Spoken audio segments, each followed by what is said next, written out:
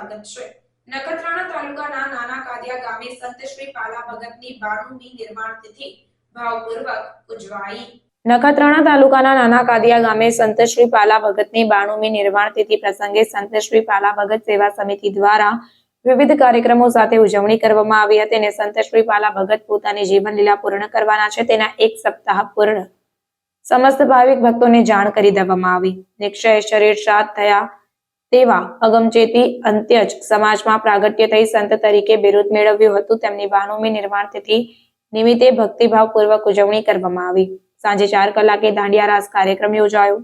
ત્યારબાદ સાધુ સંતોના સામૈયા ઢોલ નગારા સાથે નાની બાળાઓ માથે કળશ લઈને સામૈયામાં જોડાઈ। ત્યારબાદ સંતના સન્માન સ્વાગત પ્રવચન વિવિધ કાર્યક્રમો યોજાયા હતા અને ત્યારબાદ સંત શ્રી પાલા ભગતની આરતી સમાધિ પૂજન અર્ચન વિધિ અને રાત્રે પાઠકોરીનું આયોજન કરવામાં આવ્યું, જેમાં આરતી તેમજ મહાપ્રસાદ સહિતના કાર્યક્રમો યોજાયા। ત્યારબાદ કચ્છી આરાધ્યવાણી ભજન મંડળી દ્વારા ભજન સત્સંગનો કાર્યક્રમ યોજાયો। આશીર્વચન પાઠવવામાં આવ્યા।